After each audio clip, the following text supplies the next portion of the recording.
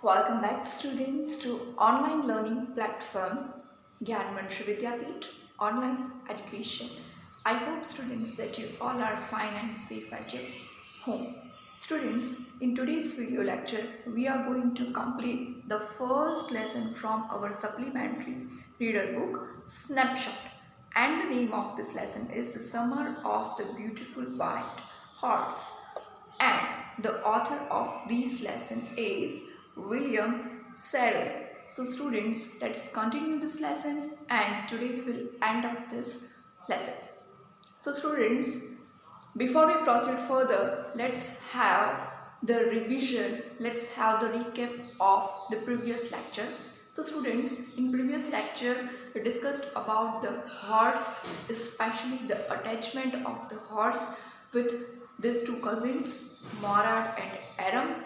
Aram had the doubt that because they were not wealthy people, they were not rich people, in fact they were very poor people, then how could these be possible having this beautiful white horse? He doubted first that there is possibility that Morad has stolen this horse from somewhere.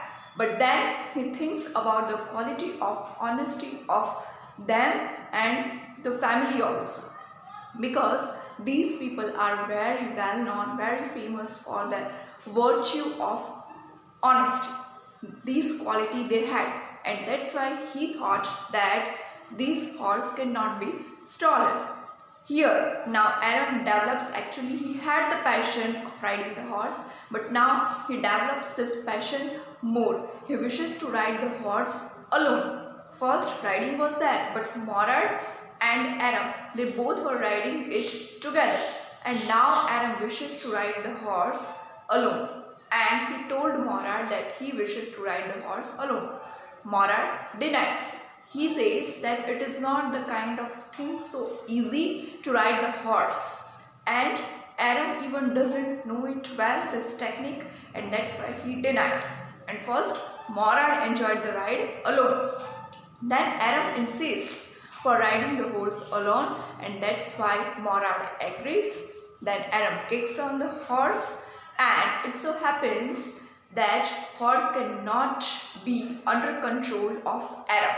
He runs away constantly and through the road, but not through the valleys and the place where they wanted to go. And that's why Morad became afraid. He becomes fearful, and he warns Aram that actually I'm not worried about you, but I am worried about this horse, because before the waking up of the people and the family members of our family, we have to go again at the place, and this horse should be hidden.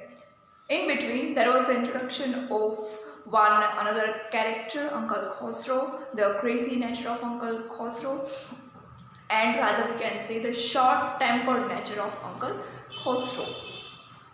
It happened once upon a time that when actually the horse and the house actually was burning, there was fire, strong fire, and the son came to him for the information to inform him that actually the house is burning. But then also Uncle Khosrow said, then what happened?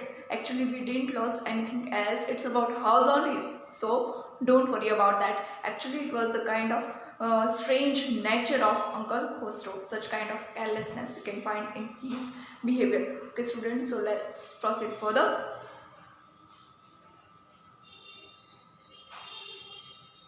That may be alright for you, a city dweller, to say John. Barrow said, but what of my story?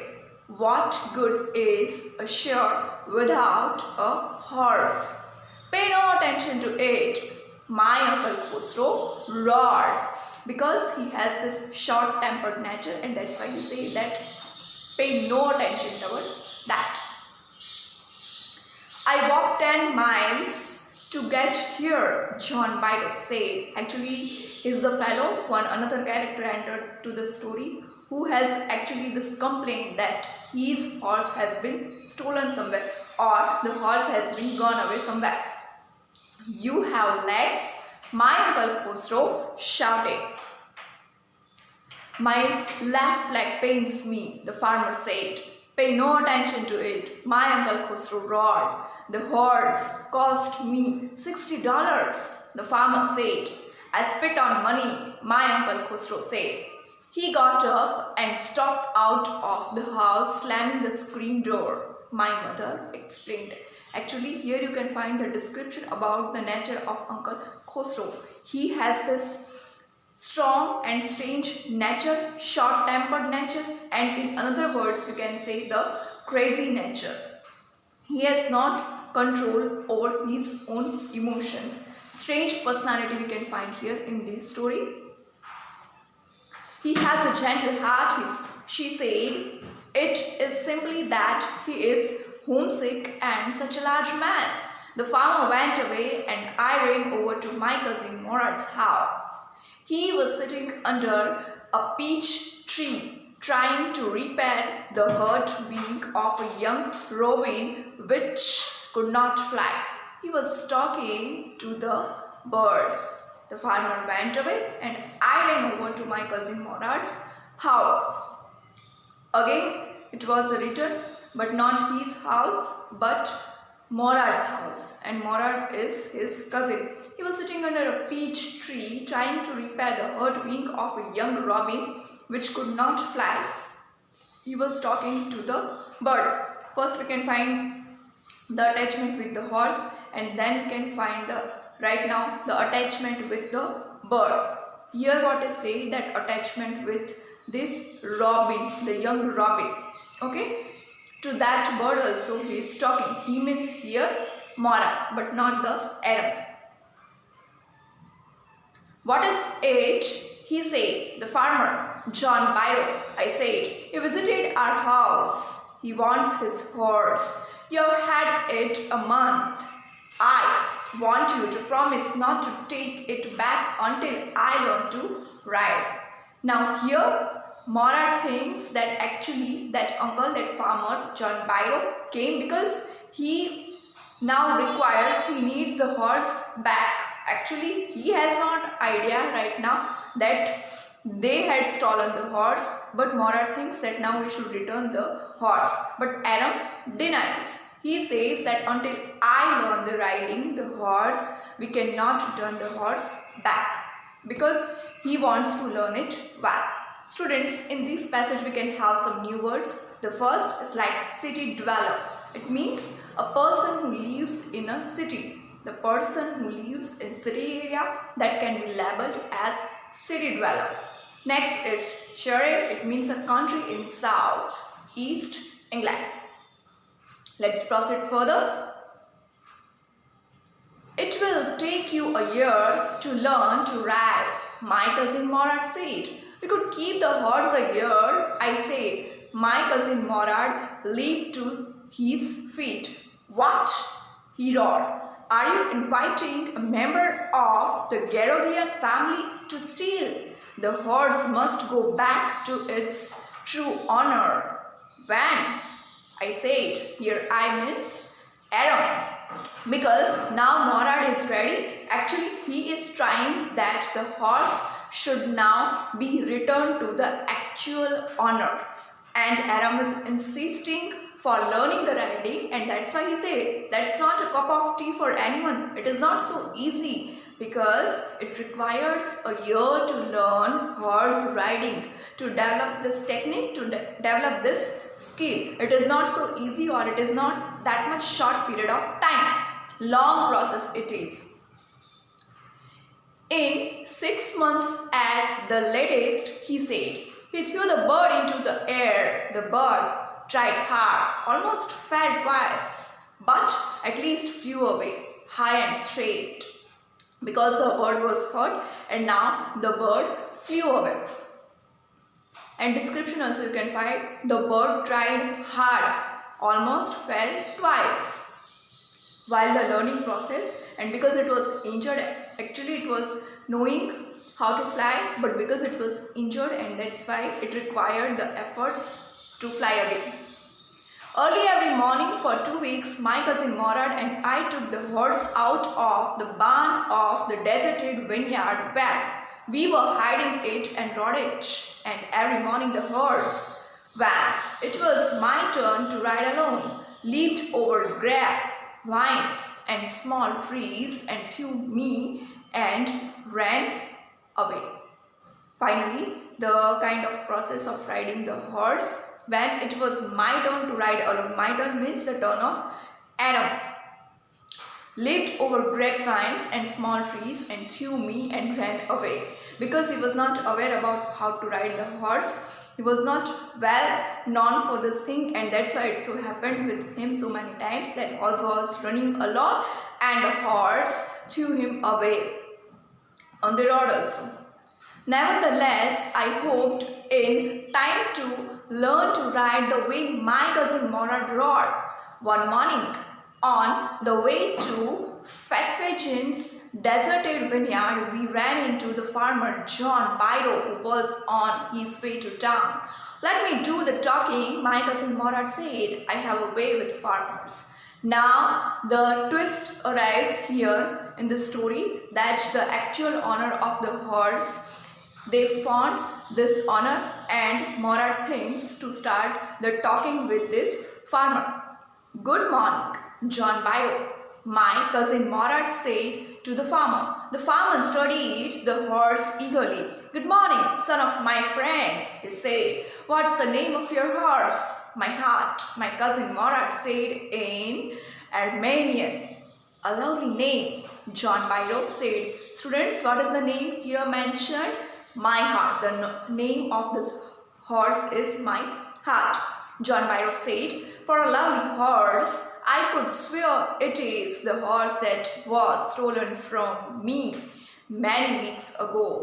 Now, when actually this uncle observes the horse, and then he asks about the name, and he doubts also that this is the same horse, same like horse that was stolen, like his horse.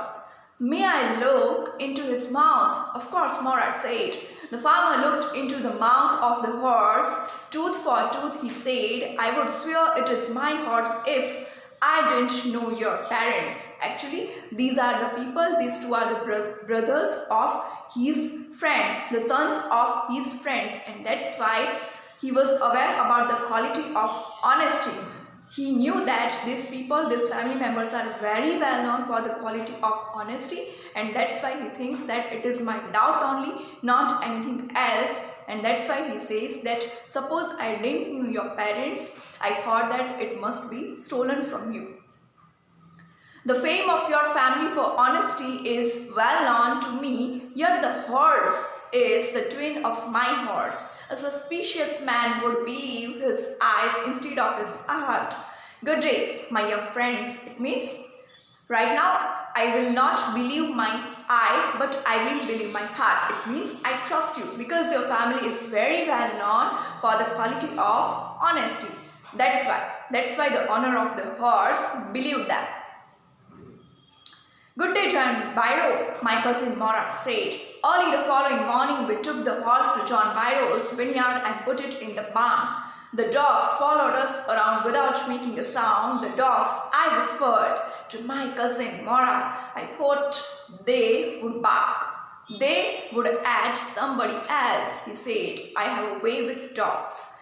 Here Adam becomes worried, afraid, scared because of dogs that they may bark. But Morad had another way also to deal with the dogs. My cousin Morad put his arms around the horse, pressed his nose into the horse's nose, packed it, and then we went away.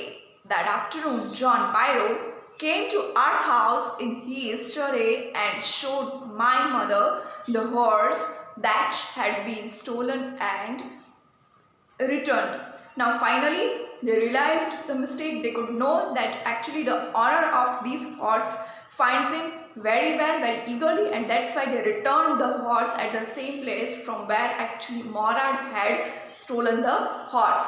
And the owner of this horse, the friend of their parents, actually informed also that they could have the horse back.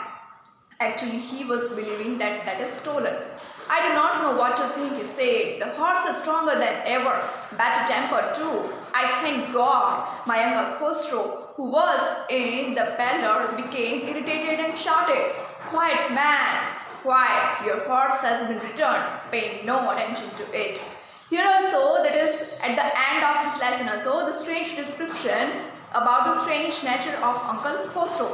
That you got your horse back, then no need to pay attention towards it. He shouted and he roared. It means he became angry. So students, your today's homework is reading with insight. You have to complete your homework from the textbook Reading with Insight. Okay? So students, I hope that you could have the clear idea about this lesson. This is the lesson that deals with the story of a horse, a beautiful white horse, presenting two leading characters, Morad and Aram. The another strange character that entered the story is Uncle Khosrow, that is the crazy fellow and short-tempered nature person. So, at the beginning of the story, the horse was stolen. Morad had this horse with him to develop and to complete, to fulfill the passion of riding the horse. Aram also supports him. The story develops and takes turn and end up at the point when actually these two people, these two cousins, Morad and Aram, returned the stolen beautiful white horse to the actual owner, who is actually the friend of their parents.